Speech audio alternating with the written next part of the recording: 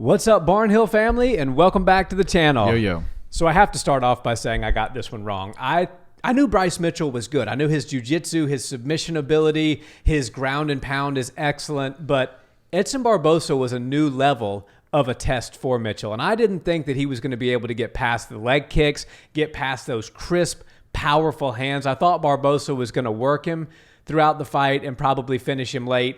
Boy, was I wrong. Not only did Bryce Mitchell win on the ground, which was expected, he won some of the stand-up exchanges. He actually hurt Barbosa with a couple of shots. I was thoroughly impressed with Mitchell's performance. Yeah, that was really the coming out party for Bryce Mitchell. I think that he's on everybody's radar now, and everybody at 145 that the people have been talking about, Zabit and Yair Rodriguez and, that caliber of fighter just got a new guy that joined the table, and it's Bryce Mitchell. And in the first round, I realized he belonged with those guys, and he certainly belonged with Edson Barbosa when I noticed he was equally as fast on the feet as Barbosa. Barbosa is one of the fastest fighters and strikers we've ever seen, and there was no speed difference between him and Bryce Mitchell. And I go, oh my God, Bryce is fast. He's real fast. And if he can do that on the feet and he can disguise a couple of things, he can get his takedowns that he's looking for. And gosh, I don't like to, toot my own horn too much, but my picks this year have been crazy. And I did see this fight You picked going this one to a T. A T. I said Bryce Mitchell by decision. He's going to rinse and repeat, take him down once Edson starts to get a little bit tired. And Edson did exactly what I thought he would do. Come out and kick you harder than anybody's ever kicked you in your life until he's got no more gas left in the tank. And that's what he did. And he's a big storm, and a lot of people can't deal with that. But Bryce Mitchell's a tough dude. He was able to handle those kicks. He was checking kicks really well. A lot of people just absorb kicks. They have that Nick Diaz mentality where they just don't check them, and they end up paying for it later. Bryce Mitchell was making Edson pay with meeting his shin bone every time he did send something big. And he got a few of those kicks off, but Bryce was able to close the distance on him, get him up towards the cage, and then land those really nice takedowns. And then from there, the ground and pound was really impressive. Obviously, Edson's really good on the ground, and his defense for submissions is still very much there. But Bryce Mitchell's top pressure game, his ground and pound game, and his ability to get the fight where he wants it is incredibly impressive. Yeah, and what I love about MMA today is the fact that, back in the day, there was, if you were from the United States, you were either a wrestler, a boxer maybe. If you were from Thailand, you were a Muay Thai kickboxer. From Dagestan, you're a great wrestler, Sambo guy. In Brazil, a great Brazilian jiu-jitsu guy. But now we're seeing a guy from Searcy, Arkansas, a place that I've lived in the South my entire life. I've never heard of Searcy, Arkansas. Absolutely out-grapple and out-jiu-jitsu the guy from Brazil, from the source. I mean, there are things happening right now in the world of MMA that were never happening before. We're seeing people come from all corners of the world possessing skill sets that you would never expect them to possess.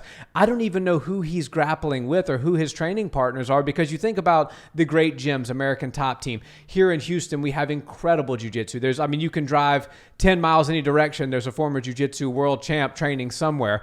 There's great strikers here. Obviously we have Main Street Muay Thai. Israel Adesanya was here training when he was here. But Searcy, Arkansas, I have no idea who his training partners are. I don't know who they're bringing in for him.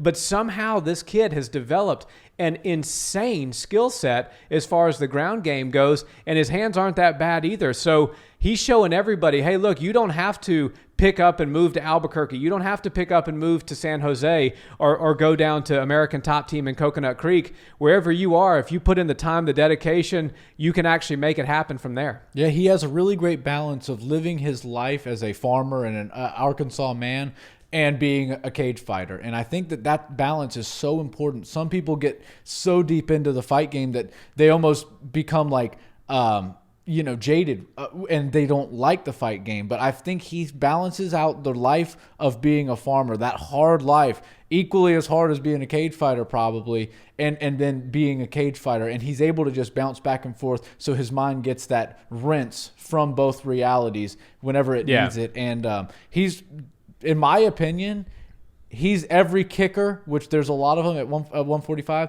He's every kicker's worst nightmare. You got Zabit, who spins a lot when he kicks. You got Yair Rodriguez, who kicks and he spins a lot and he does some crazy stuff. But neither of those guys kick with the same power as Edson Barbosa. So if he can handle the kicks coming from Edson, he can damn sure handle the kicks coming from those two guys. And if they spin and they get caught backwards like Chris Weidman did against Luke Rockhold, they're in a lot of trouble because they don't have the grappling skills as Edson Barbosa, and they certainly don't have the grappling skills of Bryce Mitchell. And I think that we're going to see Bryce Mitchell seriously start to climb up the ladder at 145, and who knows, we could see him getting really close to a title fight in the next 18 months or so. But it's time to start respecting the man in the camo shorts. Let him be his homegrown man, the guy that's forging his own path over there. He's going to make, seriously, Arkansas a legit MMA hub. It's going to be a little hub, but it's going to be there, and they're going to start to develop fighters around him,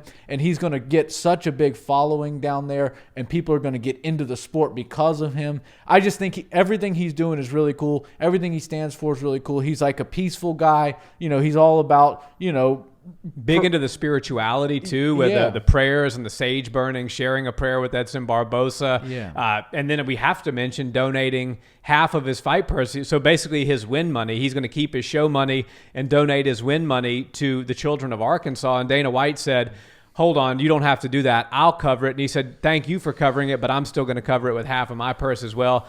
Bryce Mitchell is as real as it gets, and I think he's a real problem for the 45 division. Yeah, I can't wait to see what he does next. He's certainly on his way up, and there's only difficult fights from here on out. But after last night's performance, I think he's able to hang with absolutely everybody at the top of 145. Totally agree.